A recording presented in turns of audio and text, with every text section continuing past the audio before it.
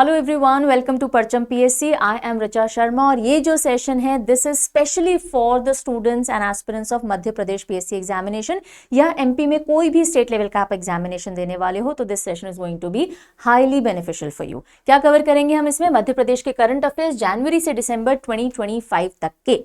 इससे पहले 2 session current affairs के ऑलरेडी लिए जा चुके हैं। 2 बार इंडिपेंडेंट सेशन नहीं देखे हो तो देख लीजिएगा, देख जरूर लीजिएगा, बिकॉज तीनों सेशंस देख करके ही आप पूरे साल की कंप्लीट तैयारी Madhya Pradesh specific current affairs से रिलेटेड कर पाएंगे। आज के सेशन में बहुत सारे एरियाज से आपको इंपॉर्टेंट न्यूज देखने को मिलेगी। Madhya Pradesh specific appointments, award schemes, कोई अगर नई चीज लॉन्च हुई है, इनॉग्रेट हुई है, फाउंडेशन स्टोन रखा गया है, स्पोर्ट्स और फाइनेंस कैटेगरीज।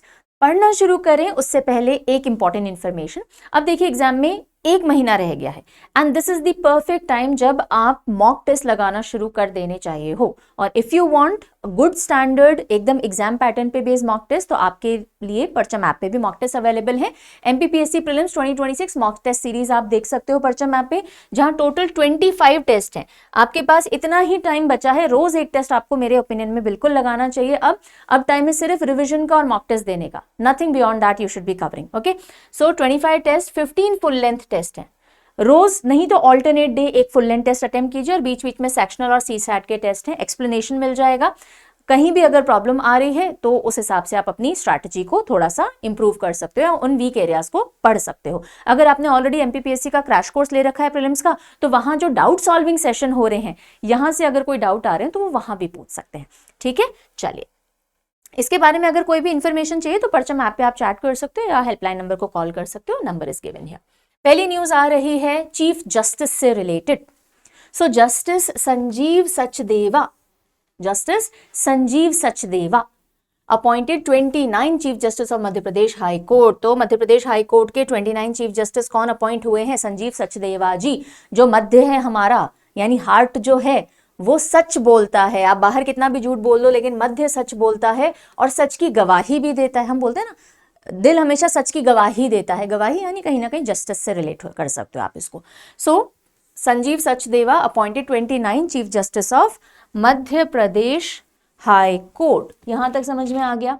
अब just give me a minute, या my phone was not silent so I needed to do that.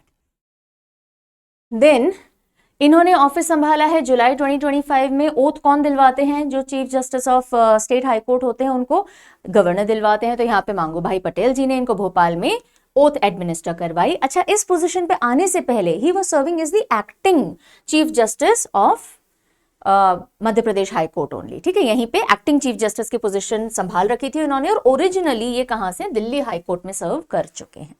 अच्छा, अब इनसे पहले जब अभी ये चीफ जस्टिस बने हैं, एक्टिंग, इससे पहले एक्टिंग पोजीशन पे थे, पर उससे भी पहले who was the chief justice of Madhya Pradesh high court? तो उस समय सुरेश कुमार कैद साहब थे जो इस पोजीशन को संभाल रहे थे।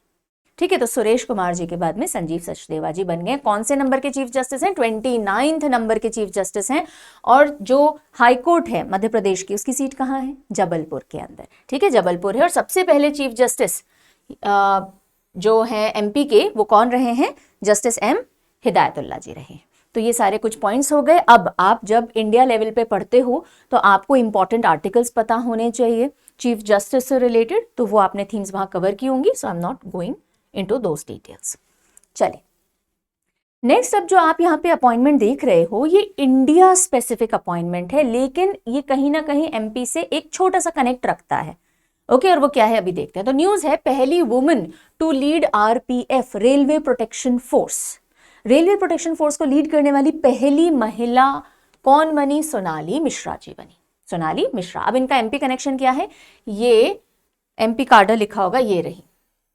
ये 1993 batch of Indian IPS officer हैं और कौन से कार्डर से हैं? ये मध्य प्रदेश कार्डर से हैं। बस ये कनेक्शन है और इसीलिए एमपी के अंदर हम इनको पढ़ रहे हैं। तो सोनाली मिश्रा जी पहली वुमेन डायरेक्टर जनरल बनी है रेलवे प्रोटेक्शन फोर्स की और ये अक्टूबर 2026 तक इस पोजीशन को देखने वाली हैं।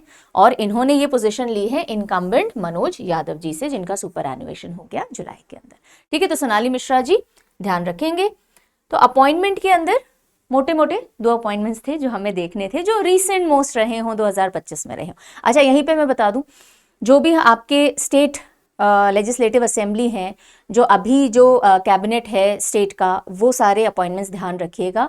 कौन है आपके सीएम, गवर्नर से लेके डेप्यूटी सीएम कौन है, स्पीकर ऑफ लेजिस्लेटिव असेंबली कौन है, और जितने भी मंत्रालय हैं राज्य सरकार के, उनको अभी कौन हेड कर रहा है ये देख लीजिएगा। एग्जामिनर यहाँ से भी क्वेश्चन पूछ लेता है। क्योंकि करंट का हिस्सा नहीं है इसलिए मैंने यहाँ इंक्लूड नहीं किया, स्टैटिक के एंगल से पढ़ लीजिएगा इसको।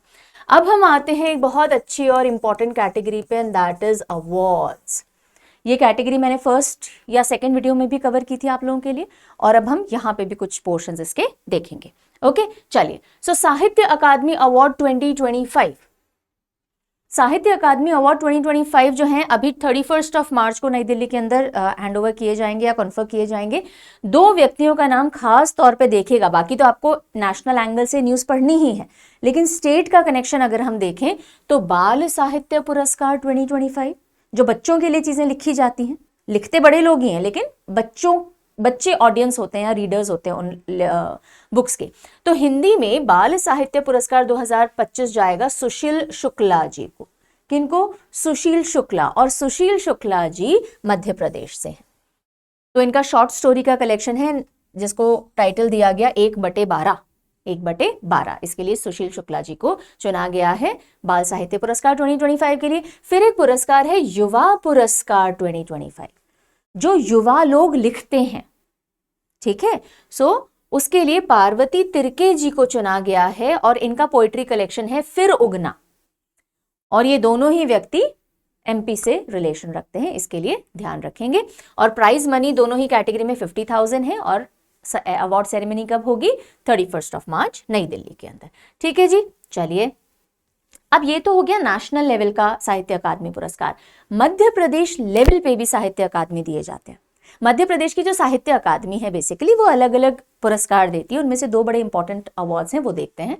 तो मध्य प्रदेश साहित्य अकादमी स्टेट अवार्ड्स के अंदर पहला है वीर सिंह देव नेशनल अवार्ड, वीर सिंह देव नेशनल अवार्ड, और दूसरा है सुभद्रा कुमारी चौहान अवार्ड। दोनों ही बड़े पॉपुलर अवार्ड हैं स्टेट लेवल के। तो वीर सिंह देव नेशनल अवार्ड किसको गया? सो बेसिकली हिंदी नॉवलिस्ट और जर्नलिस्ट हैं दयानंद पांडे जी। वीर के अंदर दया हो तो परफेक्ट कॉम्बिनेशन है कि आप वीर तो हो लेकिन मन में आपके दया है। तो देखिए, वीर सिंह देव नेशनल अवार्ड दयानंद पांडे जी को गया। छोटा सा हिंट ध्यान रखिएगा। और इनका जो लिटरेरी वर्क है जिसके चलते अवार्ड मिला, दैट इज विपश्यना में प्रेम। विपश्यना होती है जिसमें कुछ बोलना नहीं है, कुछ करना नहीं है, बस अपने साथ ही बैठना है, अंदर की जर्नी करनी है, और विपश्यना में प्रेम, ये इनकी रचना रही। तो अवार्ड सेरेमनी भोपाल के अंदर हुई, 1 लाख रुपए का कैश प्राइज इन्वॉल्व था। फिर सुभद्रा कुमारी चौहान अवार्ड डॉक्टर गीता शर्मा जी को कॉन्फर किया गया ये अगस्त के अंदर, डॉक्टर गीता शर्मा। तो लिटरेचर में उनका जो कॉन्ट्रीब्यूशन रहा है साहित्य में, उसके चलते दिया गया 51,000 रुपीज का कैश प्राइज इसमें इन्वॉल्व था। ठीक है, तो नेशनल लेवल का साहित्य अकादमी, मध्य प्रदेश साहित्य अकादमी से रिलेटेड 2 पुरस्कार, ये दोनों इंपॉर्टेंट है, हम देख चुके हैं। आगे बढ़ते हैं। Now there are 2 more awards that are very important from state perspective. एक है लता मंगेशकर जी के नाम पे, और एक है किशोर कुमार जी के नाम पे। तो national Lata Mangeshkar and Kishore Kumar awards, again award category में बहुत इंपॉर्टेंट है। तो नेशनल लता मंगेशकर अवार्ड ये जाता है इंडियन म्यूजिक, पर्टिकुलरली अगर आपने म्यूजिक डायरेक्शन या म्यूजिक सिंगिंग जो होती है पर्टिकुलरली उसके लिए दिया जाता है। तो 2 साल के साथ में अवार्ड अनाउंस किए गए। 2024 का अनाउंस किया गया in the favour of Shankar एहसान लॉय। म्यूजिक कंपोजर्स का ट्रायो है शंकर एहसान लॉय, तीनों मिलकर म्यूजिक कंपोजिशन करते हैं। और 2025 का सोनू निगम जो कि प्लेबैक सिंगर है, पद्मश्री अवार्ड है। नेशनल किशोर कुमार अवार्ड ये दिया जाता है इंडियन सिनेमा में, लिरिक्स राइटिंग हो या फिल्म मेकिंग हो उसके लिए। तो 24 का प्रसून जोशी जी को जो लिरिसिस्ट है, और 2025 का संजय लीला भंसाली जो कि फिल्म मेकर एंड डायरेक्टर है। अब ये जो अवार्ड सेरेमनी है लता मंगेशकर जी वाले अवार्ड की, वो हुई लता मंगेशकर जी की बर्थ एनिवर्सरी पे। कब आता है इनका बर्थडे? 28 सितंबर, और इंदौर के अंदर हुई। और जो किशोर कुमार अवार्ड है वो दिया गया 13 अक्टूबर को। कहाँ? जन्म स्थान जो है किशोरदा का खांडवा। ओके, तो ये award Lata Mangeshkar and Kishore Kumar award, again like I said very important, ध्यान देने हैं। चलो, तो ये तो हो गए लिटरेरी एंड आर्ट जगत के अवार्ड्स। अब हम देखते हैं कुछ ऐसे अवार्ड जो किसी गवर्नमेंट बॉडी को या इंस्टीट्यूशन को मिले हैं उनके एफर्ट्स के चलते, कुछ अच्छा काम करने के चलते। मियाना रेलवे स्टेशन को नेशनल एनर्जी कंजर्वेशन अवार्ड 2025 से ऑनर किया गया। मियाना रेलवे स्टेशन गुना एमपी के अंदर है और इनको नेशनल एनर्जी कंजर्वेशन अवार्ड मिला है प्रेसिडेंट से। क्यों ऐसा क्या किया इन्होंने? देखो, नेशनल एनर्जी कंजर्वेशन अवार्ड है तो एनर्जी कंजर्वेशन के क्षेत्र में काम किया होगा, बिल्कुल एनर्जी सेविंग एफर्ट्स इनके। और कौन सी कैटेगरी में ये अवार्ड मिला है? अलग अलग कैटेगरीज होती हैं, तो इनको मिला है best performing unit in transport category. Railway station है ना, तो ट्रांसपोर्ट कैटेगरी के अंदर, ठीक है। और ये जो अवार्ड है BEE यानी ब्यूरो ऑफ एनर्जी एफिशिएंसी, जो कि मिनिस्ट्री ऑफ पावर में आती है, उन्होंने दिया कि आपने बहुत एफिशिएंट तरीके से पावर का इस्तेमाल किया है, एनर्जी सेविंग तरीके से you are running Miyana railway station. Next देखिए, मध्य प्रदेश को बेस्ट टूरिज्म बोर्ड अवार्ड दिया गया। यूनियन मिनिस्टर जो है हमारे गजेंद्र सिंह शेखावत जी, उन्होंने प्रेजेंट किया best state tourism board award Madhya Pradesh को, और ये दिया गया इंडिया ट्रैवल अवार्ड्स 2025 के दौरान, जो कि नई दिल्ली के अंदर ऑर्गेनाइज किए गए। जो मध्य प्रदेश टूरिज्म बोर्ड है, उनके एक्सेप्शनल एफर्ट टूरिज्म को बढ़ावा देने में, राइट, हिंदुस्तान का दिल देखो। आइए देखिए टूरिज्म के थ्रू ये जो पूरा किस तरह से इनोवेटिव तरीके से सस्टेनेबल टूरिज्म को बढ़ाने के लिए एफर्ट्स डाले गए, उसके चलते अवार्ड दिया गया। फिर Madhya Pradesh named top achiever in BRAP 2024। BRAP, what is this BRAP? Business reforms action plan. Business के सेक्टर में रिफॉर्म लाने के लिए आपका एक्शन प्लान क्या है एज अ स्टेट, इसके चलते 2024 का BRAP अवार्ड, क्योंकि मध्य प्रदेश ने बिजनेस रिफॉर्म के क्षेत्र में बहुत अच्छा काम किया, तो इसलिए टॉप अचीवर स्टेट का अवार्ड एमपी को दिया गया। ओके, और ये जो BRAP अवार्ड्स हैं ये दिए जाते हैं DPIIT, department for promotion of industry and internal trade, और ये मिनिस्ट्री ऑफ कॉमर्स और इंडस्ट्री के अंडर में आते हैं। अब इसमें भी कैटेगरी ऑफ कोर्स, कैटेगरी तो क्या मतलब, नॉट कैटेगरी, पैरामीटर्स कि क्या ऐसा किया एमपी ने बिजनेस रिफॉर्म्स लाने के लिए।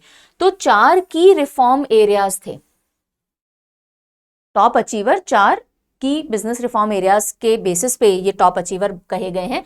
बिजनेस एंट्री, यानी ज्यादा से ज्यादा बिजनेस हाउसेस कैसे एमपी के अंदर एंट्री लेके इजीली अपना बिजनेस कर सकते हैं। Labour regulation enablers, labour registration regulation बहुत इजी प्रोसेसेस हैं। लैंड एडमिनिस्ट्रेशन और सर्विसेज सेक्टर, इन 4 एरियाज के अंदर रिफॉर्म्स लाए हैं एमपी ने, जिसकी वजह से टॉप परफॉर्मर बना है। Then national e governance gold awards 2025, national e governance gold award. तो जो संपदा 2.0 है, संपदा 2.0 क्या है? ये लैंड रिकॉर्ड्स मैनेजमेंट के लिए है, stamp and management of property and document application. तो संपदा 2.0 एप्लीकेशन है जिससे स्टैम्प्स और जो प्रॉपर्टी है उसके मैनेजमेंट से रिलेटेड सारी कार्यवाही इलेक्ट्रॉनिक फॉर्म में की जाती है। इसको कमर्शियल टैक्स डिपार्टमेंट है एमपी का, उन्होंने बनाया। ये जो पर्टिकुलर संपदा 2.0 है, इसको अवार्ड मिला है national e governance gold award 2025। तो बेसिकली एमपी पहला स्टेट बना था जिन्होंने पूरी तरह से fully paperless, faceless E registration of property documents करना शुरू किया था इसी संपदा 2.0 सिस्टम के थ्रू इन द ईयर 2024, अक्टूबर 2024। ठीक है, तो जो हम प्रॉपर्टी रजिस्ट्रेशन वगैरह करवाते हैं ना, तो उसके लिए खुद नहीं जाना, फेस दिखा करके और सारा काम नहीं करवाना है, सब कुछ इलेक्ट्रॉनिक मीडियम से हो जाएगा और वो संपदा 2.0 एप्लीकेशन से होगा, और इसी के चलते ई गवर्नेंस गोल्ड अवार्ड मिला है। ठीक है, इसी के अंदर GIS टेक्नोलॉजी का इस्तेमाल भी किया गया है, जियोग्राफिकल इंफॉर्मेशन सिस्टम, जिससे कि प्रॉपर्टी की पूरी मैपिंग, कहां तक का एरिया आपके अंडर में आता है, वो सारी चीजें देखी जाती हैं। Next, MP wins silver medal for one district one product scheme। One district one product, OPOD scheme हम इसको बोलते हैं। तो OPOD स्कीम क्या है? जिसके अंदर एक डिस्ट्रिक्ट से एक प्रोडक्ट को ज़्यादा लाइमलाइट में रखा जाता है, उसके प्रमोशन, उसके एक्सपोर्ट तक के लिए पूरे काम किए जाते हैं और गवर्नमेंट की तरफ से सपोर्ट मिलता है। तो MP को अपनी OPOD स्कीम को जोरों शोरों से इंप्लीमेंट करने के लिए सिल्वर मेडल दिया गया है। सेंट्रल गवर्नमेंट ने अवार्ड किया है 2024 का OPOD अवार्ड्स का silver medal. Award category states और यूनियन टेरिटरी वाली अवार्ड कैटेगरी थी। सिर्फ 2 स्टेट हैं जिनके नहीं सिल्वर मेडल है, तो सेकंड स्टेज पे है ना, इनके आगे सिर्फ उत्तर प्रदेश है। तो यूपी टॉप पे रहा, एमपी सेकंड नंबर पर, थर्ड नंबर पे गुजरात आया है। ठीक है, ओपीओडी 2024 मेडल्स के अंदर। अवार्ड सेरेमनी जो है वो पीयूष गोयल जी ने प्रिजाइड की, यानी वो लीड कर रहे थे, उन्होंने सारे अवार्ड्स प्रेजेंट किए भारत मंडपम नई दिल्ली के अंदर ये सेरेमनी हुई। ओके, तो ये हो गए जितने भी इंपॉर्टेंट अवार्ड्स जो हमने प्रीवियस वीडियोस में नहीं किए थे उनका कवरेज। अब चलेंगे कुछ और न्यूज़ पे, कुछ कल्चरल एंगल की न्यूज़ होंगी, कुछ एनवायरनमेंट की होंगी, कुछ स्कीम्स की होंगी, स्पोर्ट्स की होंगी, फर्स्ट टाइम इन एमपीएन इंडिया वाली कैटेगरी की होंगी। चलो, so annual Hingot war festival. Hingot war festival कहाँ होता है? बड़ा यूनिक सा फेस्टिवल है भाई, है ना, आग के गोले अंगारे फेंके जाते हैं 2 तरफ। यस, सो हिंगोत वॉर जिसे फायर बॉल बैटल फेस्टिवल भी कहा जाता है 21 अक्टूबर में शुरू हुआ गौतमपुरा गांव में, जो कि देपालपुर तहसील में आता है, इंदौर के पास में है, मध्य प्रदेश के अंदर। ठीक है, अब ये बेसिकली धोक पड़वा जो होती है, दैट इज दिवाली के एक दिन बाद, उसको हम धोक पड़वा बोलते हैं, और उस दिन ऑर्गेनाइज किया जाता है और मुगल मराठाओं के बीच में कॉन्फ्लिक्ट को दर्शाता है। जब मुगल्स और मराठा के बीच में युद्ध हो रहा था, कॉन्फ्लिक्ट चल रहा था, उसी का डिपिक्शन इस पर्टिकुलर फेस्टिवल में किया जाता है। तो ऐसा भी कहा जाता है, लोकल जो कहानियां कथाएं चलती हैं उनके हिसाब से, कि जो हिंगोत वॉर है उसकी शुरुआत वॉरियर कस्टम्स, जो गुर्जर सोल्जर्स रहे हैं, गुर्जर समाज के सोल्जर्स जो थे, उनके वॉर कस्टम के तौर पर शुरू हुआ था। लेकिन बाद में इसको सिंबॉलिक कर दिया, फेस्टिव कर दिया, बिकॉज वॉर कस्टम्स रोक दिए गए थे। सो बेसिकली गुर्जर कम्युनिटी जो है वो इस एरिया के अंदर रहती है, ये जो गौतमपुरा वाला गांव वाला एरिया, और वही अपने ब्रेवरी का प्रदर्शन और अपने मार्शल आर्ट्स और अपने सारे युद्ध का प्रदर्शन, जो भी उनमें कौशल है, वो प्रदर्शन कर रही होती है। तो हिंगोत बेसिकली क्या है, इसको हिंगोत वॉर फेस्टिवल क्यों बोलते हैं? हिंगोत एक लोकल फ्रूट है, ओके, और उसके अंदर बारूद भर के, उसको खोखला करके सुखा के बारूद भर के और फिर फेंका जाता है सामने वाले की तरफ। अब ये जो फेस्टिवल रिचुअल्स हैं, इसमें खास बात क्या है भाई, अगर आप अंगारे या गोला बारूद फेंक रहे हो तो आप चाहते हो कि शाम हो जाए, अंधेरा हो जाए, ताकि वो ब्यूटीफुली जाते हुए दिखे, है ना, घुमा घुमा के फेंका जाता है। तो आफ्टर सनसेट शुरू होता है, और गौतमपुरा और रुंजी ये 2 गांव के लोग हैं, और ये एक दूसरे के ऊपर ये हिंगोत फेंकने का काम कर रहे होते हैं। क्लियर? चलो, अब हम आते हैं GI tag. Yes, GI tag एक one of the favourite topics examiner का, यहाँ से क्वेश्चन अमूमन जनरली देख लिए जाते हैं एग्जाम के अंदर। सो पन्ना डायमंड्स को फाइनली जीआई टैग मिला है। पन्ना अकेला डिस्ट्रिक्ट जहाँ पे डायमंड्स मिलते हैं इंडिया के अंदर, है ना, निकाले जाते हैं और वहीं से फिर पॉलिशिंग प्रोसेसिंग के लिए देश भर में फैलाए जाते हैं। तो पन्ना के जो डायमंड निकल रहे हैं, फाइनली जीआई टैग मिल गया कि कहीं और के डायमंड को पन्ना डायमंड कह के नहीं बेचा जा सकता। सो डायमंड्स जो कि माइन किए जाते हैं पन्ना डिस्ट्रिक्ट ऑफ एमपी से, उनको जीआई टैग मिल गया है।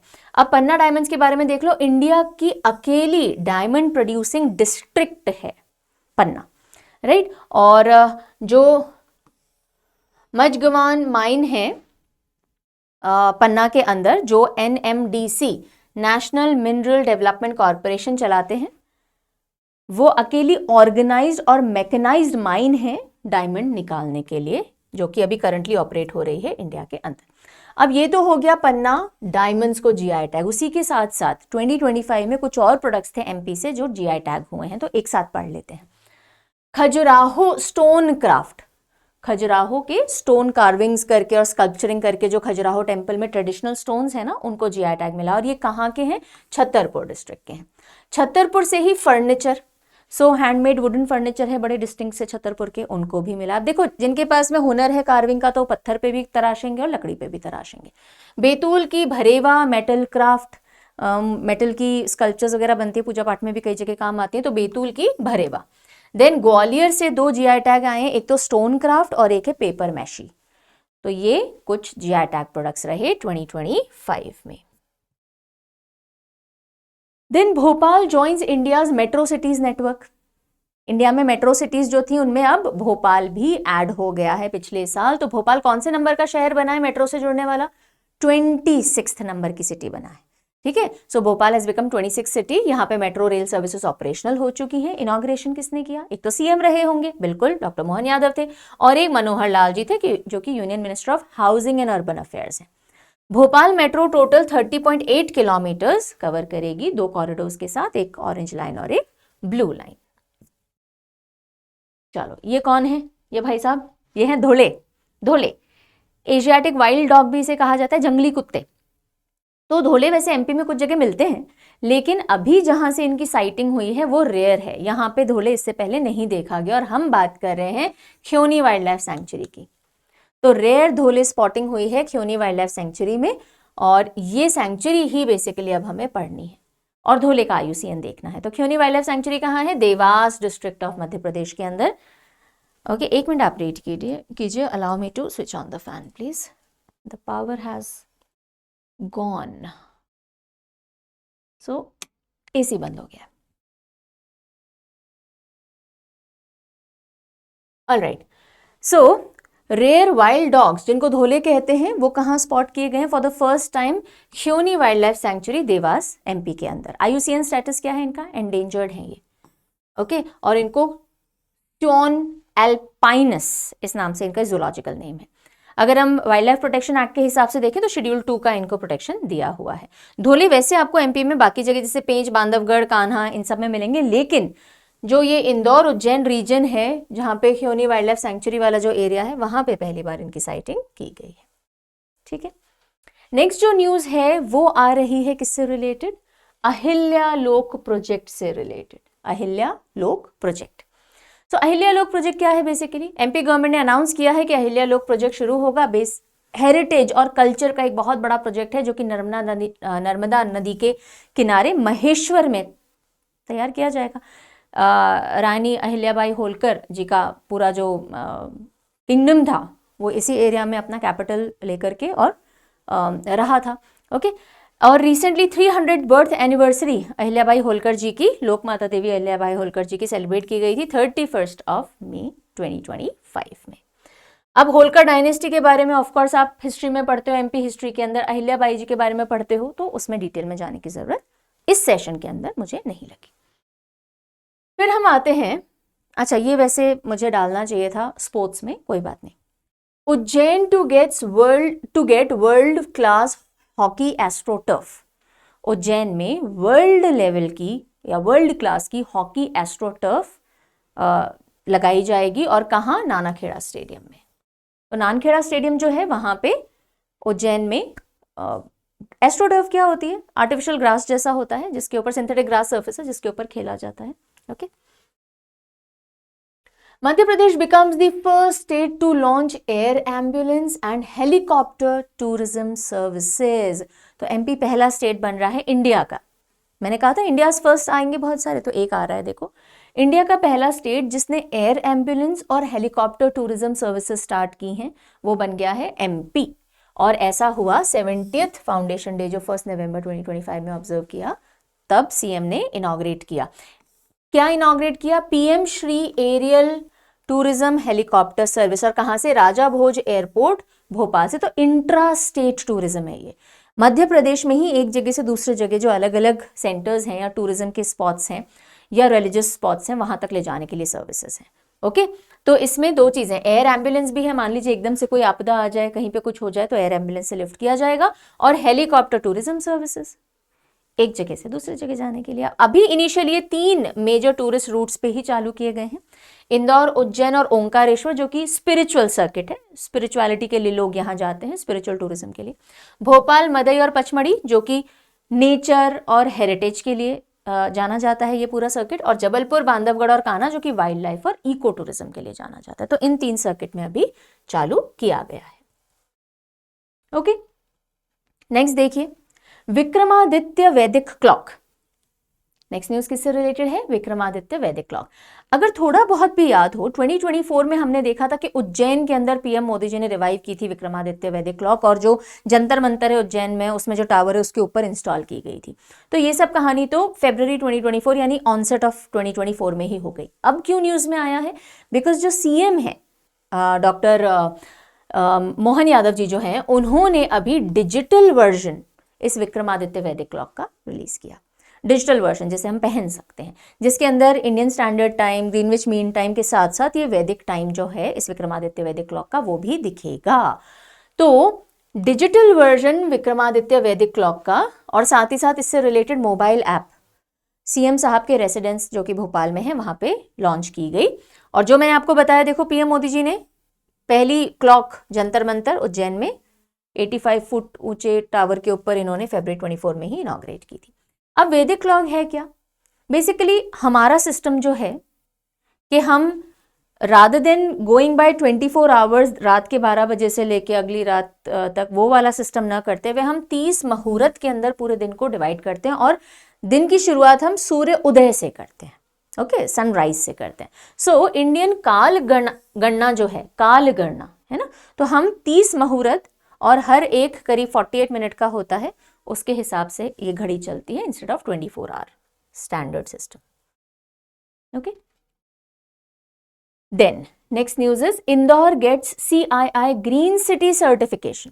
इंदौर को मिला है कॉन्फेडरेशन ऑफ इंडियन इंडस्ट्रीज का ग्रीन सिटी सर्टिफिकेशन, और वो भी कौन सा? प्लैटिनम। सबसे हाईएस्ट लेवल का सर्टिफिकेशन होता है ये CII ग्रीन सर्टिफिकेशन। यानी आप जो भी इंफ्रास्ट्रक्चर डेवलपमेंट कर रहे हो उसमें ग्रीन फुटप्रिंट्स छोड़ रहे हो, यानी कि आप एनवायरनमेंट को नुकसान नहीं पहुंचा रहे हो, आप ग्रीनरी में कंट्रीब्यूशन कर रहे हो, वेस्ट मैनेजमेंट प्रॉपर कर रहे हो, वाटर मैनेजमेंट प्रॉपर कर रहे हो, एनर्जी कंजर्वेशन प्रॉपर कर रहे हो, प्लांटेशन प्रॉपर कर रहे हो, इन सब के साथ में आप इंफ्रास्ट्रक्चर डेवलपमेंट कर रहे हो।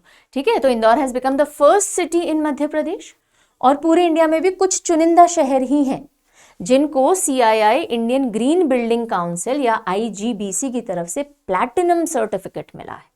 बाकी शहर कौन से हैं? गुजरात का राजकोट, महाराष्ट्र का पुणे और पिंपरी चिंचवाड़, और उसके बाद अब MP का इंदौर है। ओके, तो planning, water, energy conservation, solid waste management, governance, green cover बढ़ाना, इन सब स्टेप्स की वजह से ये मिला है। इंदौर ना पहली इंडियन सिटी भी है जिसने ग्रीन बॉन्ड्स इशू किए थे। ग्रीन बॉन्ड्स इशू करना यानी बॉन्ड्स आर एन इंस्ट्रूमेंट जिससे कि हम मनी कलेक्ट करते हैं, फंड्स रेज करते हैं। तो ग्रीन बॉन्ड्स इशू करना, इससे जो पैसा इकट्ठा होगा वो ग्रीन प्रोजेक्ट्स पे लगाया जाएगा, है ना, सस्टेनेबल प्रोजेक्ट्स पे। तो इंदौर ने ऐसा भी किया था। चले आगे, विषाणु संक्रमण प्रतिरोध अभ्यास, एन इंपॉर्टेंट वन। पढ़ो, let me have some water.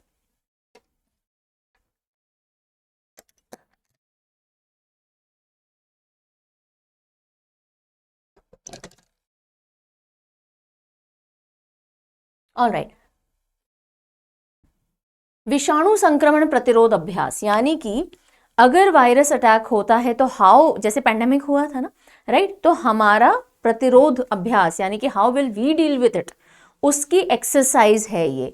तो बेसिकली एक large scale multi sector mock exercise थी। ठीक है, कहां हुई? This becomes important. Khandwa district के अंदर, MP के अंदर। कब हुई? 2 से 5 नवंबर।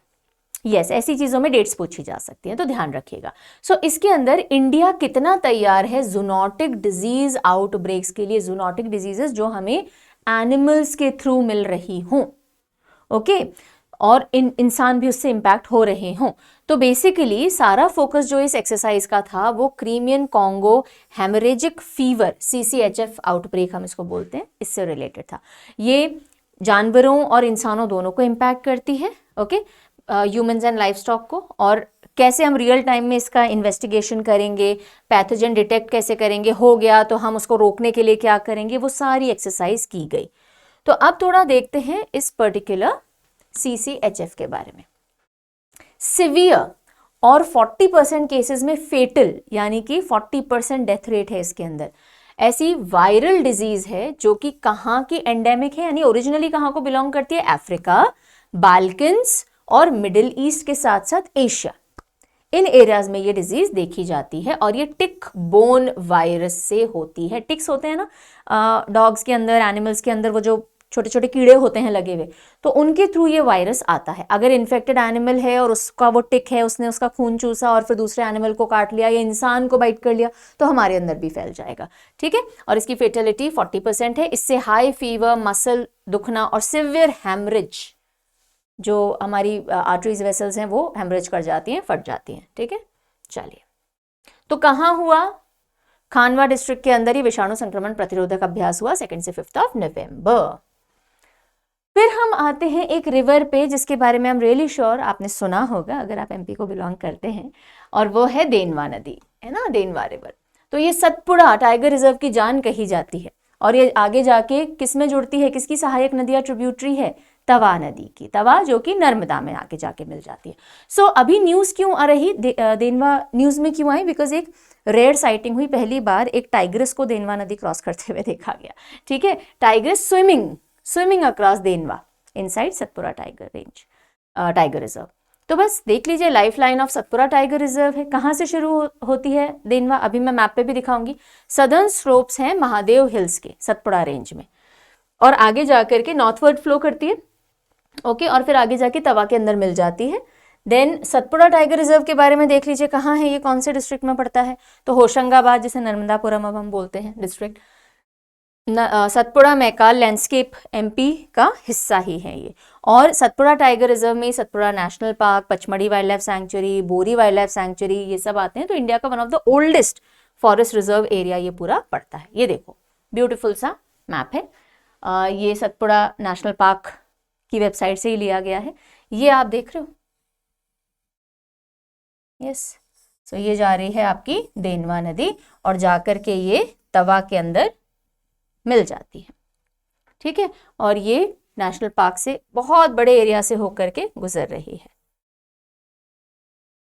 चलो, फिर हम आते हैं PM inaugurates milk powder plant in Indore. अब पीएम मोदी जी ने इनॉग्रेट किया है तो थोड़ा पढ़ना बनता है। तो मोदी साहब ने इनॉग्रेट किया मिल्क पाउडर बनता है ना, उसका प्लांट 11 अक्टूबर को इंदौर के अंदर। कहाँ? इंदौर में।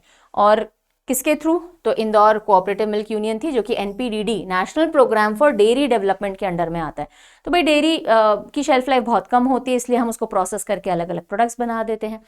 तो मध्य प्रदेश ने अभी एम ले रखा है कि करंटली 9% शेयर है एमपी का इंडिया के टोटल मिल्क प्रोडक्शन में। ठीक है, अब वो उसको बढ़ा करके विद इन 5 years 20% तक लाना चाहता है, और इसके लिए अलग अलग काम अभी किए जाएंगे। अब ये जो एनपीडीडी है, national programme for dairy development, ये 2014 में लॉन्च किया गया था। फिर इसको एकदम रिस्ट्रक्चर किया गया 2021 में, और ये सेंट्रल सेक्टर स्कीम है, यानी कि केंद्र सरकार इसमें पैसा डालती है। ओके, अगली news, India's first national standard for smart mobile toilets. Yes, अब ये क्या है भाई? यूजुअली देखा जाता है ना, जब हम पब्लिक टॉयलेट्स में जाते हैं तो हमने यूज़ कर लिया, जो समझदार लोग हैं वो तो फ्लश करके जाते हैं, जो समझदार नहीं हैं वो टॉयलेट्स गंदे भी बहुत कर रहे हैं, फ्लश भी नहीं कर रहे हैं, सॉइलिंग का मतलब यहाँ वहाँ गिरा रहे हैं बॉडी से जो भी गंदगी निकल रही है। तो ये चैलेंजेस को मीट आउट करने के लिए अभी आईआईटी इंदौर ने डेवलप किया है इंडिया का पहला national standards for smart mobile toilets, जिसके अंदर मॉडर्न टेक्नोलॉजीज का इस्तेमाल करके, जैसे UV sterilisation, solar power, waste to energy system, इन सब का इस्तेमाल करके जो चैलेंजेस हम फेस करते हैं वो सब मीट आउट किए जाएंगे। हाथों हाथ टॉयलेट्स क्लीन होंगे, यूवी से स्टेरिलाइजेशन होगा, जो वेस्ट आ रहा है वो प्रॉपर्ली मैनेज हो जाएगा, ये सारी चीजें ढंग से चल सके। ओके, फिर न्यूज में है Lokpath mobile app. Lokpath mobile app, ये पुरानी एप्लीकेशन है, लेकिन अभी इसके अंदर एक और फीचर ऐड किया गया, इसलिए न्यूज में आई। तो देखिए, एमपी गवर्नमेंट ने डिसाइड किया है कि जो लोकपथ मोबाइल एप्लीकेशन है, जिसको किसने डेवलप किया? Madhya Pradesh state electronic development corporation में ने, उसके अंदर स्टेट हाईवे के ब्लैक स्पॉट का डेटा भी डाला जाएगा। तो ये जो एप्लीकेशन है बेसिकली आपकी रोड्स में कहाँ गड्ढे हैं, कहाँ खराबी है, उन सब की आप कंप्लेन कर सकते हो, और with in couple of days वो मरम्मत होने के लिए बाउंड हैं। लेकिन इसके अंदर एक और चीज़ ऐड की गई है, ब्लैक स्पॉट डेटा, यानी ज़्यादा जो एक्सीडेंट प्रोन एरियाज हैं उनका अपडेट भी इसके अंदर आएगा, ताकि लोग सजग हो सके। तो रोड सेफ्टी को बढ़ाने के लिए, तो अभी तक ये एप्लीकेशन सिर्फ रोड की हालत खराब है तो उसकी रिपोर्टिंग के लिए थी, अब सेफ्टी एनहांस करने का भी फीचर जोड़ा जाएगा। ये ऐप अदरवाइज 2024 में जुलाई में लॉन्च की गई थी। ओके, अब देखिए भाई, जो मिलेट्स हैं उनका बोलबाला बढ़ता जा रहा है ना। हर कोई थोड़ा सा मिलेट फ्रेंडली होने की कोशिश कर रहा है गाँव में, और जो हमारे ट्रेडिशनल फूड सिस्टम्स हैं उनमें तो मिलेट्स की प्रधानता रही है हमेशा से, लेकिन अब यूथ भी और जो अर्बन एरियाज हैं वो भी मिलेट्स की तरफ ध्यान दे रहे हैं। अब ऐसे में मिलेट्स की डिमांड बढ़ रही है बिकॉज इंडिया भी मिलेट्स का प्रोडक्शन प्लस उसका प्रमोशन एक्सपोर्ट सब कुछ बढ़ाने में लगा है, राइट। तो ऐसे में पहली बार एमपी ने डिसाइड किया कि वो प्रोक्योर करेंगे कोडो और कुटकी, ये 2 मिलेट हैं। कोडो कुटकी को अभी तक प्रोक्योर नहीं करती थी सरकार फार्मर्स से, ठीक है, तो खरीदती नहीं थी। अब वो अप्रूवल दे दिया गया है कि that yes we will be procuring first time in the state kodo and kutki millets kharif season 2025 के लिए। ओके यानी कि अब जब किसानों को लगा कि अच्छा हम कोडो कुटकी उगाएं, ज्यादा उगाएं, क्यों, क्योंकि और कहीं नहीं बिकेंगे तो सरकार ले लेगी। तो सरकार चाह रही है कि इन 2 मिलेट्स का प्रोडक्शन तेज हो, ज्यादा से ज्यादा लोग इसकी खेती में लगे और इसके लिए प्रोक्योरमेंट का डिसीजन लिया गया। और कौन सी योजना के तहत? रानी दुर्गावती श्री अन्न प्रोत्साहन योजना। श्री अन्न किसे बोलते हैं? मिलेट्स को बोलते हैं। प्रोत्साहन यानी हम चाह रहे हैं कि ज्यादा से ज्यादा एनकरेज या मोटिवेट हो फार्मर्स इसे उगाने के लिए। तो रानी दुर्गावती श्री अन्न प्रोत्साहन योजना के तहत कोडो और कुटकी का प्रोक्योरमेंट किया जाएगा। और ये कौन करेगा गवर्नमेंट के बिहाफ पे? श्री अन्न consortium of farmer producer company limited है, ये लेंगे। तो 30,000 मीट्रिक टन तक प्रोक्योर करेंगे, 2500 रुपये फॉर कोडो एंड 3500 फॉर कुटकी पर क्विंटल। और साथ ही साथ बोनस दिया जाएगा 1000 रुपीज का। कुछ डिस्ट्रिक्ट हैं जहां मेजर प्रोडक्शन होता है कोडो कुटकी का, उनको प्रायोरिटी दी जाएगी और बाकी जगहों पे डिमांड बेस्ड प्रोक्योरमेंट चालू किया जाएगा। ठीक है, आ गई बात समझ में? कोडो एंड कुटकी। नेक्स्ट देखिए, हेलीकॉप्टर ड्रिवन बोमा टेक्निक। बोमा टेक्निक क्या होती है? बोमा टेक्निक इंडिया की नहीं है, बोमा टेक्निक अफ्रीका की है। इसके अंदर क्या होता है, ऐसा एक ट्रायंगुलर फनल जैसा बना दिया जाता है, यहां पे नहीं, है ना।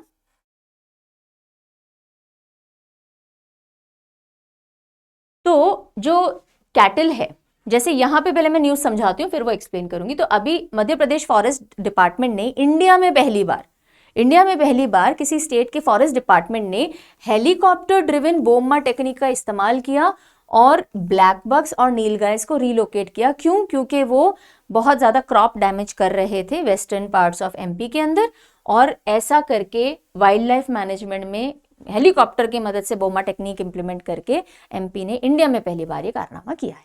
अब बोमा टेक्निक के अंदर इस तरह का एक ट्रायंगुलर फनल होता है, यहाँ पे बहुत सारे मवेशी हैं, जैसे इस केस में नीलगाय है और ये ब्लैक बग्स हैं।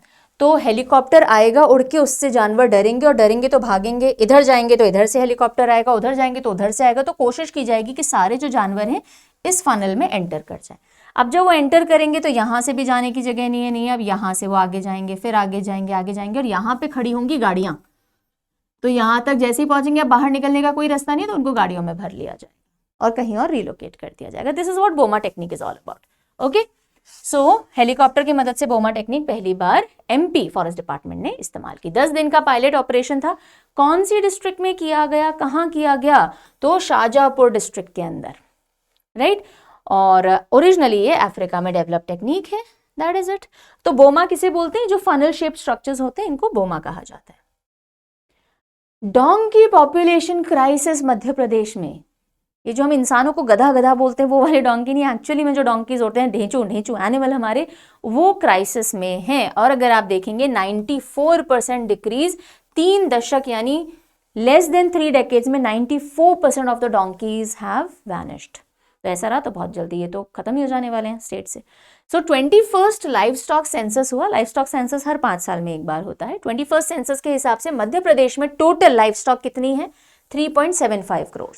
ओके, और डोंकी पॉपुलेशन बिल्कुल नेग्लिजिबल शेयर रखती है और वो भी 94% ओवर लेस देन 3 डेकेड्स में खत्म हुई है। जो कहा जाता है कि मेजर रीजन क्या है? Illegal donkey trade. Yes, donkey's का ट्रेड किया जा रहा है उनकी स्किन के लिए, उनकी खाल के लिए। और क्यों? क्योंकि उनकी खाल का इस्तेमाल किया जाता है इजियाओ इंडस्ट्री में। ये कॉस्मेटिक इंडस्ट्री है। तो बेसिकली जो डोंकी की स्किन है उसको बॉईल करके उसका जेलेटिन निकाला जाता है और वो जेलेटिन एफ्रोडिजियाक्स में, टॉनिक्स में और एंटी एजिंग प्रोडक्ट्स में इस्तेमाल किया जाता है। इजियाओ industry skin tightening, skin rejuvenation, youthfulness को लाने के लिए इंडस्ट्री है। ओके, और मैंने आपको बता दिया लाइव स्टॉक सेंसस हर 5 साल में होता है, 1919 से शुरू हुआ। नेक्स्ट न्यूज क्या है देखते हैं। Inauguration of FDTL in Indore. What is this FDTL? FDTL is food and drug testing laboratory.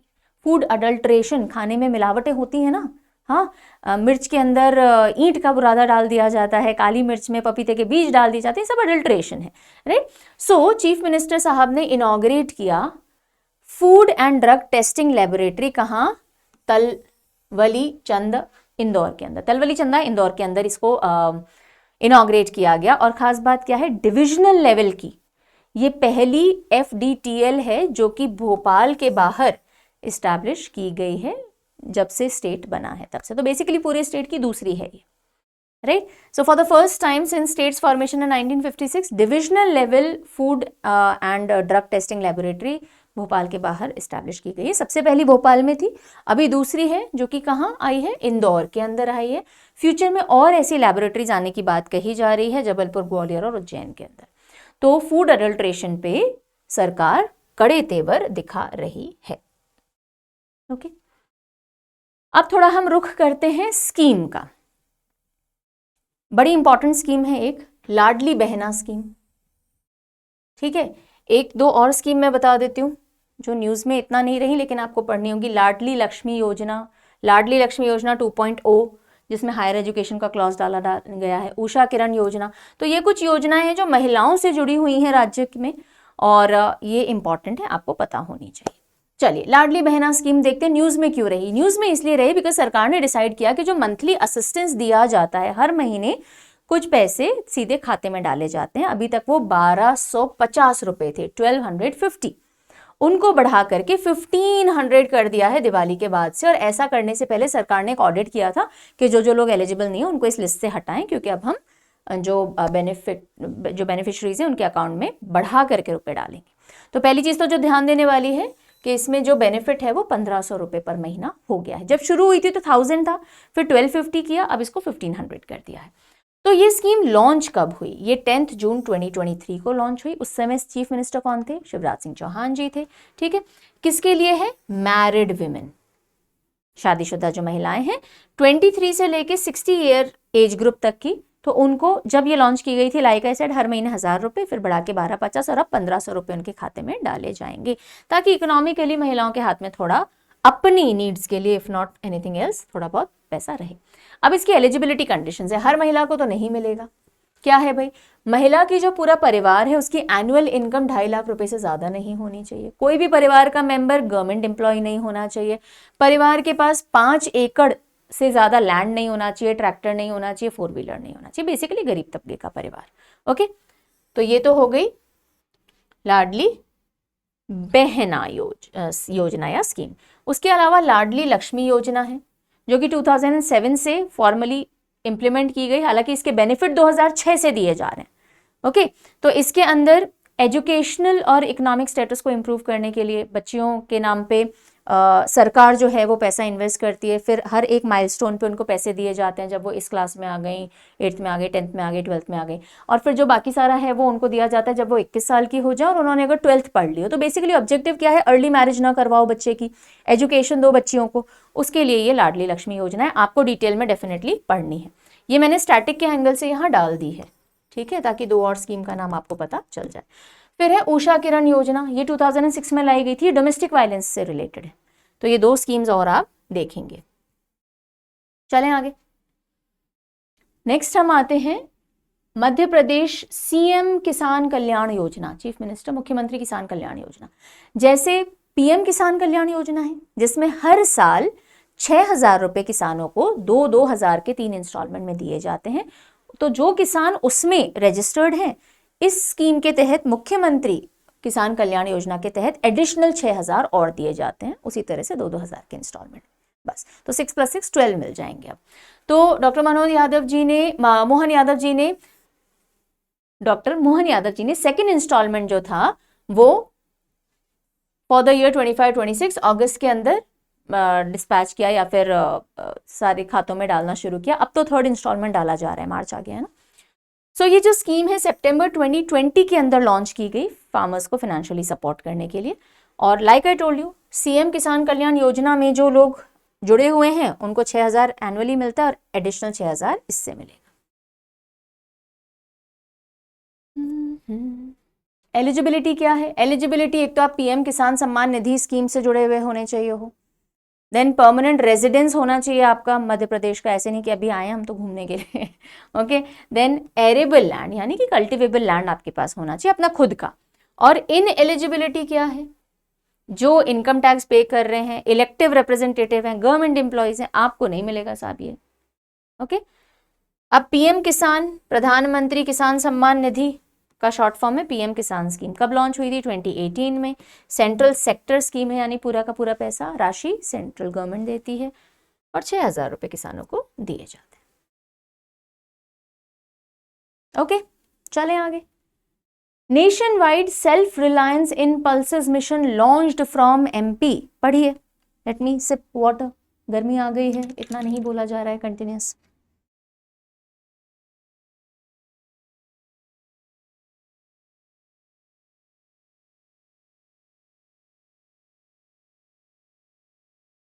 Alright, nationwide self reliance in pulses mission launch किया गया। दलहन जो होते हैं, जो दालें होती हैं, पल्सेस होती हैं, उनमें हम सेल्फ रिलायंस अचीव कर सकें। हमारे यहाँ यानी इंडिया में पल्सेस का लार्जेस्ट प्रोडक्शन होता है पूरी दुनिया भर में, लेकिन कंजम्पशन भी लार्जेस्ट होता है पूरी दुनिया भर का, और इसीलिए हमारा प्रोडक्शन मीट आउट ही नहीं कर पा रहा हमारी डिमांड्स को, और हम अभी भी इम्पोर्ट डिपेंडेंट हैं।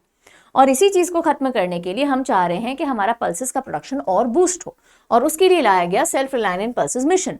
और इसका लॉन्च कहाँ से किया गया? अमलाहा, सीहोर डिस्ट्रिक्ट, मध्य प्रदेश से। ध्यान रखिएगा, okay. So food legumes research centre Amlaha है सीहोर डिस्ट्रिक्ट में, यहां से इस पर्टिकुलर मिशन को लॉन्च किया गया। चीफ गेस्ट कौन रहे? शिवराज सिंह चौहान जी रहे, जो कि यूनियन एग्रीकल्चर मिनिस्टर हैं हमारे।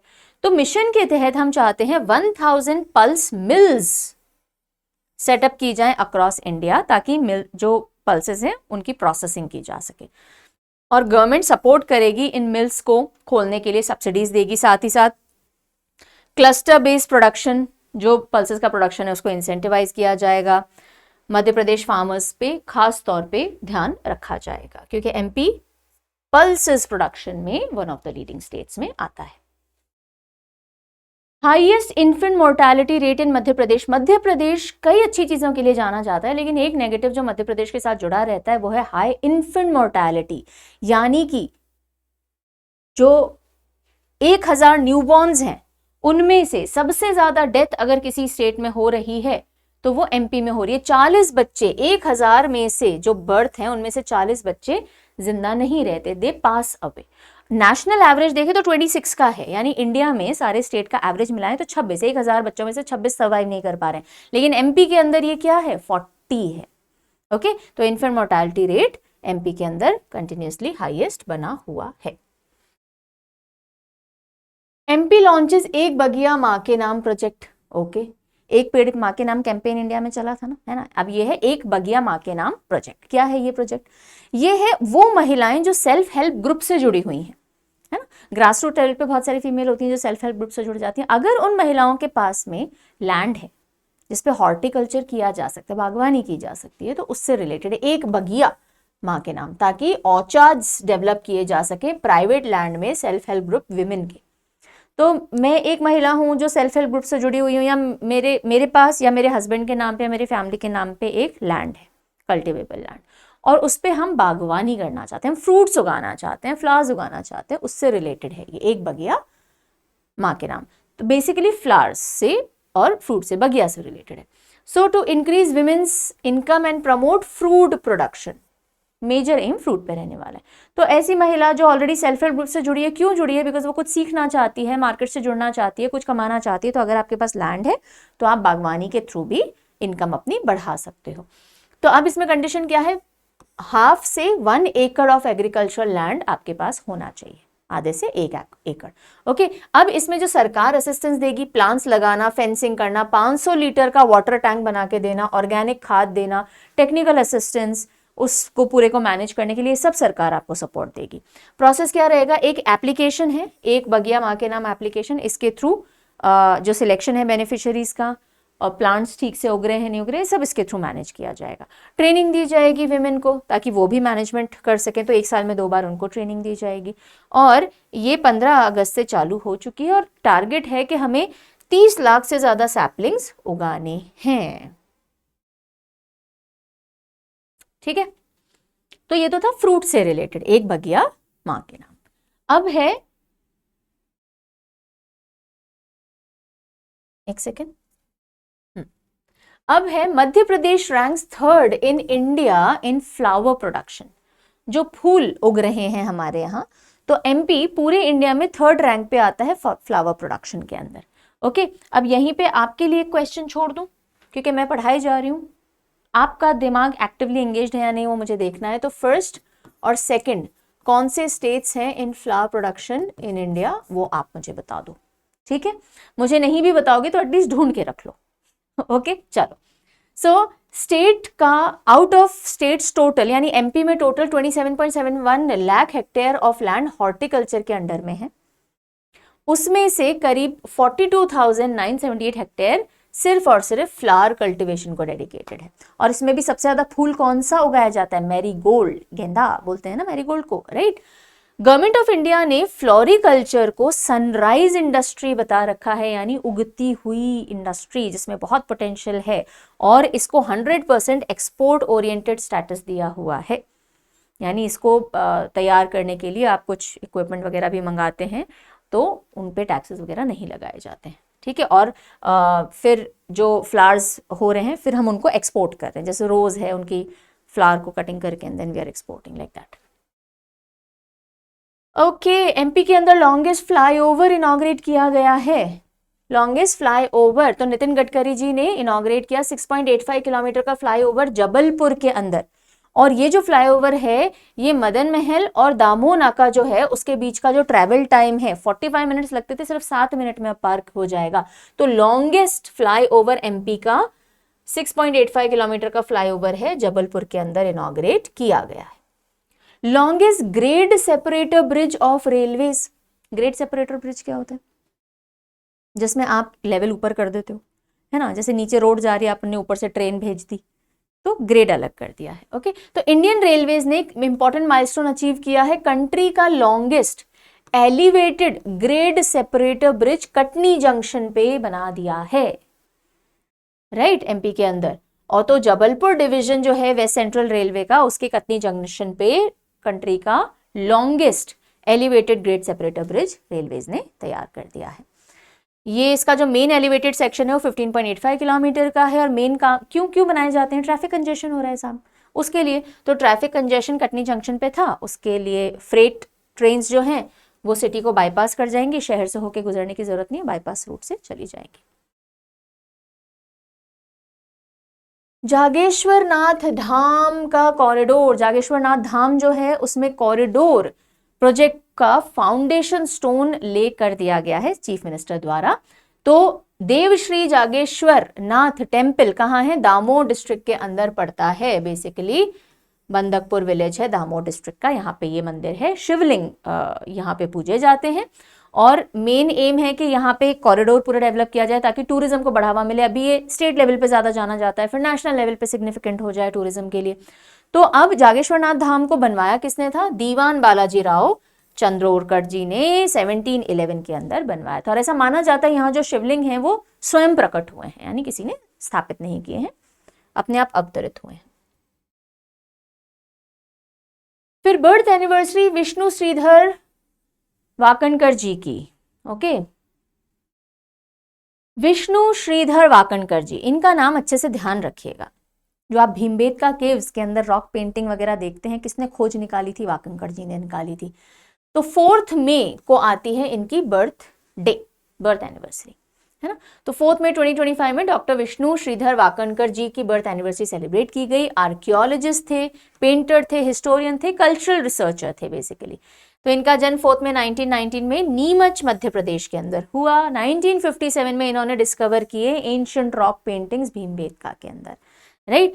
प्लस इन्होंने जो विक्रम संवत की हिस्टोरिसिटी है कि भाई वो कैसे राजा विक्रमादित्य से जुड़ा हुआ पूरा कैलेंडर है, वो भी इन्होंने ही इस्टेब्लिश की थी। अपने कंट्रीब्यूशन, और भी हैं इनके काफी सारे कंट्रीब्यूशन, उनके चलते काफी इंपॉर्टेंट अवार्ड्स ऑनर्स मिले हैं, जैसे कि पद्मश्री 1975 में दिया गया इनको। मध्य प्रदेश सरकार ने अपना एक टाइगर रिजर्व है, कौन सा, रातापानी टाइगर रिजर्व, उसका नाम बदल के डॉक्टर वाकणकर टाइगर रिजर्व करने का निश्चय लिया, just to honour him. Plus doctor Wakankar research institute कहाँ है, उज्जैन के अंदर है। एमपी के अंदर गोल्ड ओर मिला है ना, तो डायमंड के लिए पन्ना फेमस था ही, आयरन ओर तो खैर ठीक है ही, एमपी वैसे भी माइंस मिनरल्स में रिच है, लेकिन अब गोल्ड ओर की डिस्कवरी हुई है एमपी के अंदर। कहाँ कहाँ, तो गोल्ड ओर डिपॉजिट्स डिस्कवर किए गए हैं मेहगवन और क्योलारी एरियाज, सिहोरा तहसील जबलपुर डिस्ट्रिक्ट में। जबलपुर डिस्ट्रिक्ट के सिहोरा में क्योलारी और मेहगवन के अंदर गोल्ड ओर डिपॉजिट्स पाए गए हैं। ओके, चलिए, जियोलॉजिकल सर्वे ऑफ इंडिया जो है वो सर्वे वगैरह करती रहती है, उस सर्वे के अंदर ये पाए गए। नेक्स्ट आइए, ओके, इंडिया के लिए एक ऑनर की बात, इंडिया को ट्रस्ट किया गया है एक इंपॉर्टेंट चीज संभाल के रखने के लिए 1 साल तक, तो वो क्या है और इंडिया में भी कहाँ वो चीज रखी जाएगी।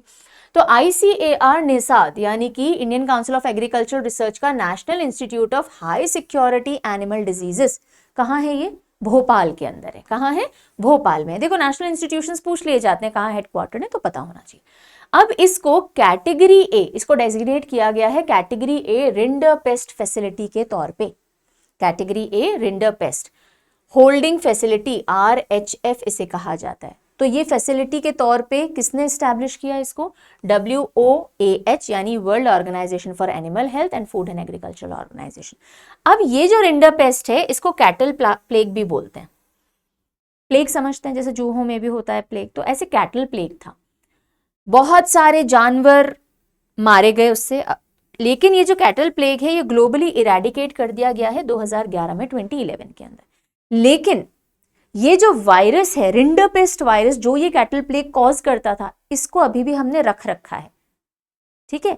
और ये वायरस अगर गलत हाथों में चला जाए तो इसको बायो वेपन की तरह इस्तेमाल किया जा सकता है। पूरी की पूरी कैटल आबादी मर सकती है इसकी वजह से अगर ढंग से इसको नहीं रखा जाए। तो इसको रखने के लिए सिर्फ ट्रस्टेड हैंड्स या लैब्स को ही या इंस्टीट्यूशंस को ही जिम्मेदारी दी जाती है। तो अभी हमारा जो ICAR निसाद है भोपाल का, उसको ये डेजिग्नेट किया गया है कि आप category A rinderpest holding facility हो, यानी आपके पास 1 साल तक ये रिंडरपेस्ट रखा जाएगा। Okay, to securely hold rinderpest virus containing material for 1 year term. आगे बात समझ में, ओके चलो। फॉरेस्ट अलर्ट सिस्टम क्या है ये, तो मध्य प्रदेश इंडिया का पहला ऐसा स्टेट बना है जिन्होंने AI based real time forest alert system pilot project के तौर पे लागू किया है। यानी कि AI का इस्तेमाल करके forest safety security real time में मॉनिटर की जाएगी। अभी पायलट प्रोजेक्ट है, फिर ओवरऑल कवरेज होगा। तो Google Earth engine, AI models, multi satellite data, इन सब का इस्तेमाल करके जो भी फॉरेस्ट मैनेजमेंट में प्रोटेक्टिव मेजर्स लेने हैं, कोई कहीं से फॉरेस्ट में घुसपैठ तो नहीं हो रही है, लैंड यूज चेंज तो नहीं हो रहा, कहीं बहुत बड़े लेवल पे कटाई तो नहीं हो रही, ये सब इन सब चीजों से मॉनिटर की जाएगी रियल टाइम में। और ऐसा करने वाला MP इंडिया का पहला स्टेट बन गया है। Next news, Madhya Pradesh launches त्वरित प्लेटफॉर्म। त्वरित का मतलब होता है इंस्टेंट, लेकिन यहां त्वरित का फुल फॉर्म क्या है, transmission of warrants, summons and reports by information technology. तो है तो वही बात कि जो भी समन इशू हुए तुरंत पहुंचा दिए जाएं इलेक्ट्रॉनिक मीडियम से। तो मध्य प्रदेश हाई कोर्ट ने इंट्रोड्यूस किया है एक डिजिटल प्लेटफॉर्म, उसका नाम रखा है त्वरित, जिससे कि जो वारंट्स है, समन्स है, एकदम से स्ट्रीमलाइन किए जा सके। ओके, तो इलेक्ट्रॉनिक डिलीवरी होगी लीगल डॉक्यूमेंट्स की, जैसे कि कोर्ट समन है, अरेस्ट वारंट है, ताकि कंसर्न इंडिविजुअल्स और पार्टीज को इमीडिएटली मिल जाए और कोर्ट भी देख सके कि हाँ भाई पहुंच गए। वरना कई बार होता है ना, हमने तो समन भेजे, सामने वाला बोलता है हमें तो मिले नहीं थे, हमें डिले मिले, हमें बहुत लेट मिले, तब तक तो उसकी डेट निकल गई। तो ये सारे प्रॉब्लम्स नहीं हो, दैट इज त्वरित। Inland fisheries and aquaculture meet 2025 कहां हुई, कब हुई? सो डिपार्टमेंट ऑफ फिशरीज, जो कि ministry of fishery, animal husbandry and dairying के अंडर में आता है, उन्होंने inland fisheries and aquaculture meet 2025 organise की। 13 जून को कहाँ की है? इंदौर के अंदर। अब देखो ये इनलैंड मीट है ना, और इंडोर की गई, ध्यान हो जाएगा। इनलैंड क्या होता है? एक होते हैं तटीय एरिया यानी कोस्टल एरियाज, एक होते हैं inland. MP is an inland state, right. तो इनलैंड एरियाज में भी फिशरीज जब होती हैं, कहाँ होंगी? नदियां हैं, ताल तलैया, पोखर हैं, इन सब में होती है। तो इंदौर के अंदर inland fisheries and aquaculture meet conduct की गई, जिससे कि इनलैंड फिशरीज और एक्वाकल्चर को हम और कैसे बढ़ावा दे सकते हैं। आर्टिफिशियल भी तो होता है, एक्वाकल्चर इज नॉट नेचुरल, आप आर्टिफिशियली भी जो फिश रेयर करते हो। तो India 3rd largest fish producer है, 2nd लार्जेस्ट एक्वाकल्चर नेशन है आफ्टर चाइना। और इनलैंड फिशरीज का कंट्रीब्यूशन देखिए आप, ओवर 75% ऑफ टोटल आउटपुट जो हमारा इनलैंड फिशरीज है वो कंट्रीब्यूट कर रहा है। इसी को बढ़ावा देने के लिए ऐसी मीटिंग्स की जाती है। ओके, नेक्स्ट आते हैं राजा भभूत सिंह जी। तो राजा भभूत सिंह जी कौन है? ये न्यूज में रहे बिकॉज अभी मध्य प्रदेश गवर्नमेंट ने इनको ट्रिब्यूट पेश किए। 19th सेंचुरी के गोंड ट्राइब्स के राजा थे राजा भभूत सिंह जी। ब्रिटिश से टक्कर ली थी 1857 के रिवोल्ट के टाइम में, और फिर इनको एग्जीक्यूट भी कर दिया गया था। पर जाने जाते हैं अपने जज्बे के लिए कि सीधे ब्रिटिश से भिड़ गए थे। तो ट्राइबल आइकन है राजा भभूत सिंह जी, और जो पचमढ़ी वाइल्ड लाइफ सैंक्चुरी है इन्हीं के ऑनर में उसको रीनेम किया जाना है। ये डिसीजन लिया गया और रीनेमिंग कर दी गई। So like I was telling you, freedom fighter रहे, गुएरिला रेबेलियन थे। गुएरिला वॉरफेयर टेक्टिक क्या होती है कि आप छुप के घात लगा के वार करते हो। आपके पास बहुत एडवांस वेपन्स नहीं होते, पर आपका तरीका जो है छुप के घात लगाकर एकदम से अटैक करने का, जिसके लिए शिवाजी भी बड़े जाने जाते थे, वही सेम तरीका इनका था। तो सतपुड़ा रीजन में ब्रिटिश को टक्कर दी थी इन्होंने 1857 रिवोल्ट के टाइम पर। इन्हीं को इसी घात लगा के वार करने वाली गुएरिला टेक्निक के चलते शिवाजी ऑफ नर्मदाचल के नाम से इन्हें जाना जाता है। तात्या टोपे के एलाय थे, यानी उनके साथ थे ये काफी क्लोज। ब्रिटिश फोर्सेस को इन्होंने टक्कर दी थी, जिसके चलते एग्जीक्यूट इनको 1860 में किया गया था। ओके, तो जो पचमढ़ी वाइल्ड लाइफ सैंक्चुरी का नाम बदल के राजा भभूत सिंह पचमढ़ी सैंक्चुरी कर दिया गया है। ओके, इंडिया का पहला बेगर फ्री सिटी जहां भिखारी नहीं है, कौन सा? इंदौर। ओके, और ऐसा कैसे पॉसिबल हुआ? रिहेबिलिटेशन प्रोग्राम्स के तहत। ऐसी टोटल 10 सिटीज पायलट प्रोजेक्ट के तौर पे सिलेक्ट की गई थी, अर्बन सिटीज, जहां से बेगर्स को रिहेबिलिटेट करना, बच्चे हैं तो स्कूल्स में डालना, बड़े हैं तो रोजगार से जोड़ना, ट्रेनिंग प्रोग्राम से जोड़ना, वो सब करके। तो इंदौर कंट्री का पहला बेगर फ्री सिटी डिक्लेयर हो गया है। फरवरी 2024 में यहाँ पे एंटी बैगिंग कैंपेन चालू की गई थी women and child development department के तहत, और सिर्फ इंदौर में नहीं की गई, ऐसे टोटल 10 एरिया सिलेक्ट किए गए थे, जिसमें बाकी सारे सिटीज भी हैं। पर सबसे पहला बेगर फ्री सिटी कौन बन गया है? कौन सा बन गया है? Indore. Okay, N important one, Tapti basin recharge project. Tapti नदी या तापी नदी जिसे हम बोलते हैं, उसका जो बेसिन है, जहां जहां से जिस क्षेत्र से वो गुजर रही होती है, हर जगह पानी रिचार्ज नहीं है, यानी कि हर जगह ग्राउंड वाटर ढंग का नहीं है या है ही नहीं। तो नदी के उन हिस्सों से जहां पानी है और जहां पानी नहीं है वहां तक पहुंचाने के लिए, ताकि ग्राउंड टेबल और वाटर रिचार्ज हो सके, ताकि इरिगेशन या ड्रिंकिंग सप्लाई जो सफर कर रही है वो बैलेंस आउट की जा सके, ये Tapi basin mega recharge project है, जिसके लिए एमपी और महाराष्ट्र ने एमओयू साइन किया है।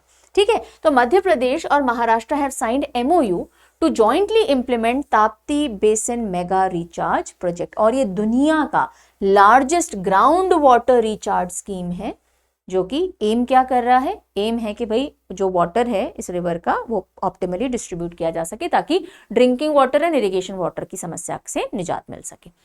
तो वाटर एलोकेशन कहां से कहां होगा? दिस इज इंपॉर्टेंट, ध्यान दीजिएगा। Water will be transferred from Tapti river to provide drinking water supply to north eastern Maharashtra. ये देखिए, ये वाला जो हिस्सा है ये भी नॉर्थ ईस्टर्न महाराष्ट्र, और ये किसके लिए? ये तो होगा ड्रिंकिंग वाटर, ठीक है। और दूसरा south and south eastern Madhya Pradesh, ये दो डिस्ट्रिक्ट जो आपको दिख रहे हैं, ये इरिगेशन के लिए। तो मेनली इरिगेशन वाटर सप्लाई के एंगल से यहाँ पे वाटर रिचार्ज होगा, और ड्रिंकिंग वाटर सप्लाई के हिसाब से यहाँ 4 डिस्ट्रिक्ट, तो 2 district of MP and 4 district of Maharashtra. कौन कौन सी डिस्ट्रिक्ट है? बुरहानपुर और खांडवा डिस्ट्रिक्ट है, ये देखिए यहाँ पे, this is Khandwa, this is Burhanpur. और 4 डिस्ट्रिक्ट महाराष्ट्र की हैं, जलगांव, अमरावती, अकोला और बुल्ढाना। ठीक जी, तो यहां तक इसका बेनिफिट पहुंचने वाला है। अब मध्य प्रदेश में हम देखें तो रिवर इंटरलिंकिंग प्रोजेक्ट की अगर बात निकले तो इससे पहले 2 और प्रोजेक्ट्स हैं जो कि रिवर्स मेगा प्रोजेक्ट्स रहे हैं, रिवर इंटरलिंकिंग या रिवर वाटर मैनेजमेंट से रिलेटेड। एक रहा केन बेतवा जो मध्य प्रदेश और उत्तर प्रदेश के बीच में, एक है पार्वती कालीसिंध चंबल प्रोजेक्ट एमपी और राजस्थान के बीच में। तो इसमें भी मध्य प्रदेश की नदियां इन्वॉल्व हुई थी, और अब है जिसमें ताप्ती नदी एमपी और महाराष्ट्र दोनों मिलकर मैनेज करेंगे। तापी और ताप्ती के बारे में देख लीजिए, वेस्ट फ्लोइंग रिवर है, यस, सतपुड़ा माउंटेन रेंज में बैतूल डिस्ट्रिक्ट ऑफ एमपी में शुरू होती है, एमपी गुजरात महाराष्ट्र से होकर के बहती है। 3 मेजर ट्रिब्यूटरीज हैं इसकी, सहायक नदियां हैं ट्रिब्यूटरीज जो इसमें आके मिलती हैं, पूर्णा, गिरना और पंजारा, और उकई बांध, उकई डैम है जो कि मेजर हाइड्रो इलेक्ट्रिक डैम है तापी नदी पे। ओके, अगली न्यूज थोड़ी यूनिक है, ये हमारे जैसा आपके जैसा ही नॉर्मल इंसान है, बस एक रेयर जेनेटिक डिजीज है इनको, और उसे कहा जाता है werewolf syndrome. Werewolf syndrome, werewolf के जैसे दिखने लगते हैं लोग, क्यों? क्योंकि इनको फेशियल हेयर बहुत ज्यादा आ जाते हैं। और एक टीनेजर हैं एमपी से जो कि इसी वेयरवुल्फ सिंड्रोम से सफर कर रहे हैं, और उनका गिनीज वर्ल्ड रिकॉर्ड बना है हेयरिएस्ट फेस के लिए, सबसे ज्यादा बालों वाला चेहरा। इस बीमारी को या इस कंडीशन को जो वेयरवुल्फ सिंड्रोम है, इसको हाइपरट्राइकोसिस भी बोला जाता है, हाइपरट्राइकोसिस, जिसमें like I told you extreme hair growth आ जाती है, और ये बहुत रेयर है, पूरे दुनिया भर में 50 ही ऐसे लोग देखने को मिलेंगे। अब हम आते हैं स्पोर्ट्स सेगमेंट पे, और उसके बाद हम थोड़ा फाइनेंस सेगमेंट देखेंगे। तो थोड़ी थोड़ी सी न्यूज और बची है, काइंडली रीड।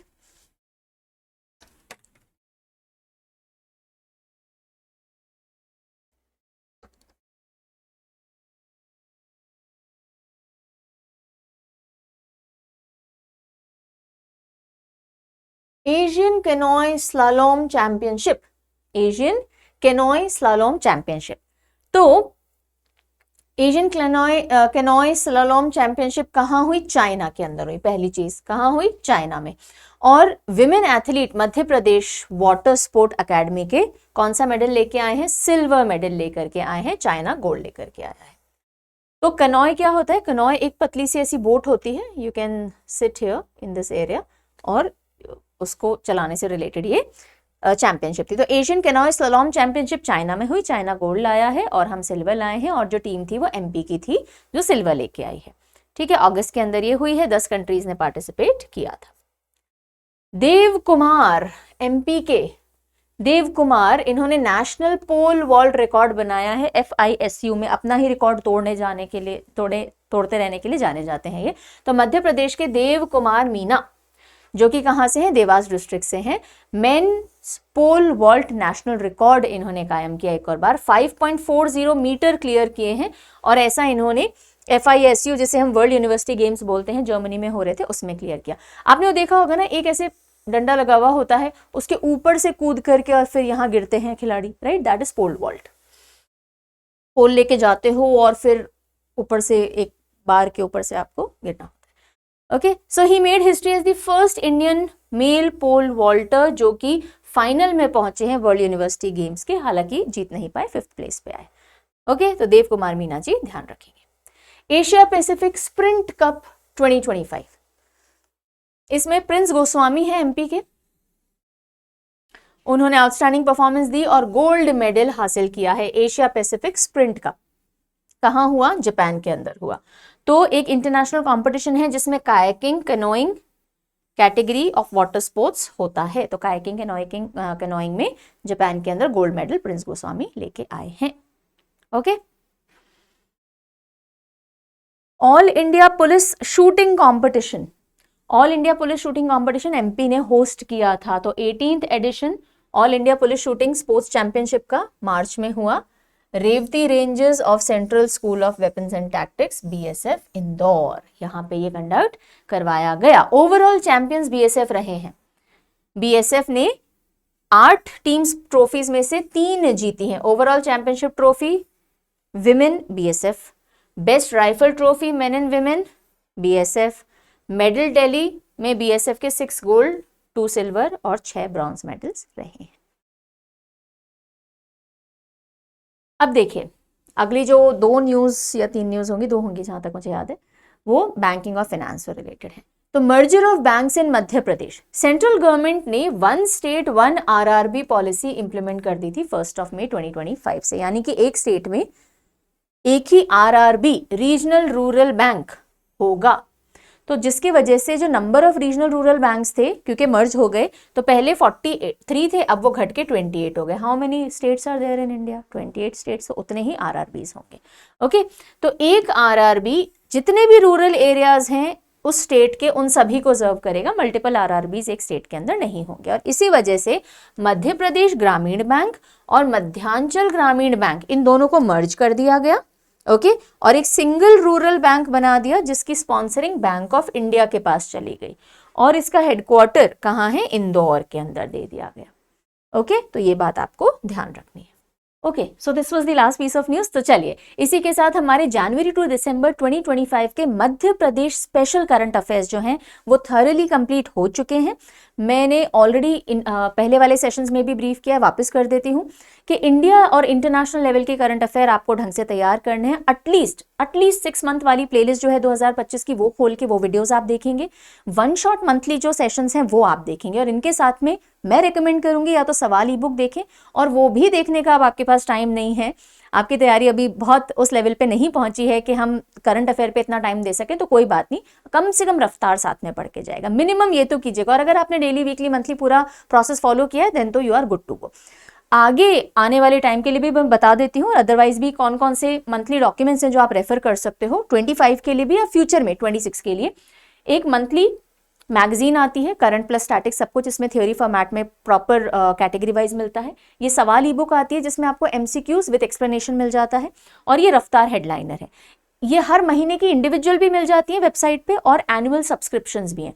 और ये एक अपना है कंप्लीट किट, राइट? पूरी की पूरी करंट अफेयर नीड्स यहाँ से मीट आउट हो सकती हैं। अगर आपने ये ले लिया तो आपको कुछ भी इंडिविजुअल लेने की जरूरत नहीं, परचम ऐप पे जाके आप सीए से रिलेटेड सब्सक्रिप्शंस चेकआउट कर सकते हो। और जो बच्चे अभी तक नहीं जानते that we have 1 all in one state PSC 1 liner e book, तो अब जब मैंने बोला ना अब टाइम है सिर्फ रिवीजन का, अब टाइम है मॉक टेस्ट लगाने का, तो ये जो ई बुक है इसमें सारे ही स्टेट पीएससी के इंक्लूडिंग एमपी आपको इस फॉर्मेट के अंदर 1 लाइनर्स मिल जाएंगे। यानी कि आपको क्वेश्चन मिलेगा, कौन से पीएससी के अंदर पूछा गया है और उसका आंसर क्या है। तो बिल्कुल फटाफट सारे क्वेश्चंस जो एमपी पीएससी के अंदर सब्जेक्ट वाइज और टॉपिक वाइज सॉर्टेड आ रखे हैं वो पढ़ लीजिए। यहाँ से आपको बहुत हेल्प मिलेगी, बिकॉज रिपीटेटिव फैक्चुअल क्वेश्चन देखने को मिलते हैं, तो इसका भी इस्तेमाल कर सकते हैं अभी। और अगर आप लॉन्ग टर्म तैयारी में हैं, आप अगले साल को भी टारगेट कर रहे हैं, अभी आप सिर्फ एक बार के लिए एग्जाम दे रहे हैं, then this is the long term course that we have all in one state PSC batch, जिसके अंदर आप काफी सारे स्टेट, नॉट जस्ट एमपी पर अपने आसपास के स्टेट का भी एग्जाम अटेम्प्ट कर सकते हो। बिकॉज आपको इंडिया जीके तो पूरी कॉमन पढ़ाई जाएगी, और बहुत सारे स्टेट की स्टेट स्पेशल जीके प्रीलिम्स और मेंस दोनों लेवल तक का पूरा इस एक ही बैच से आप सारी चीजें रेडी कर सकते हो, including essay writing, including mapping, everything. मेरे निमोनिक सेशंस भी और स्टैटिक भी इसमें इंक्लूडेड है। ठीक है, तो ये सारी जानकारी मैंने आपको दे दी। स्टेट स्पेसिफिक करंट अफेयर आपके तैयार हो चुके हैं। नेशनल इंटरनेशनल मैंने आपको प्लेलिस्ट बता दी है, वहां से जरूर से पढ़ के जाइएगा, और बाकी तैयारी तो आप कर ही रहे होंगे। अब टाइम है मॉक टेस्ट का, अब टाइम है पीवाईक्यूज के थ्रू जो भी रिपीटेड थीम्स हैं उनको रिवाइज करने का, और अब रिविजन पे लग जाइए। ठीक है, चलिए, I will be seeing you very soon. Take good care of yourself, bye bye.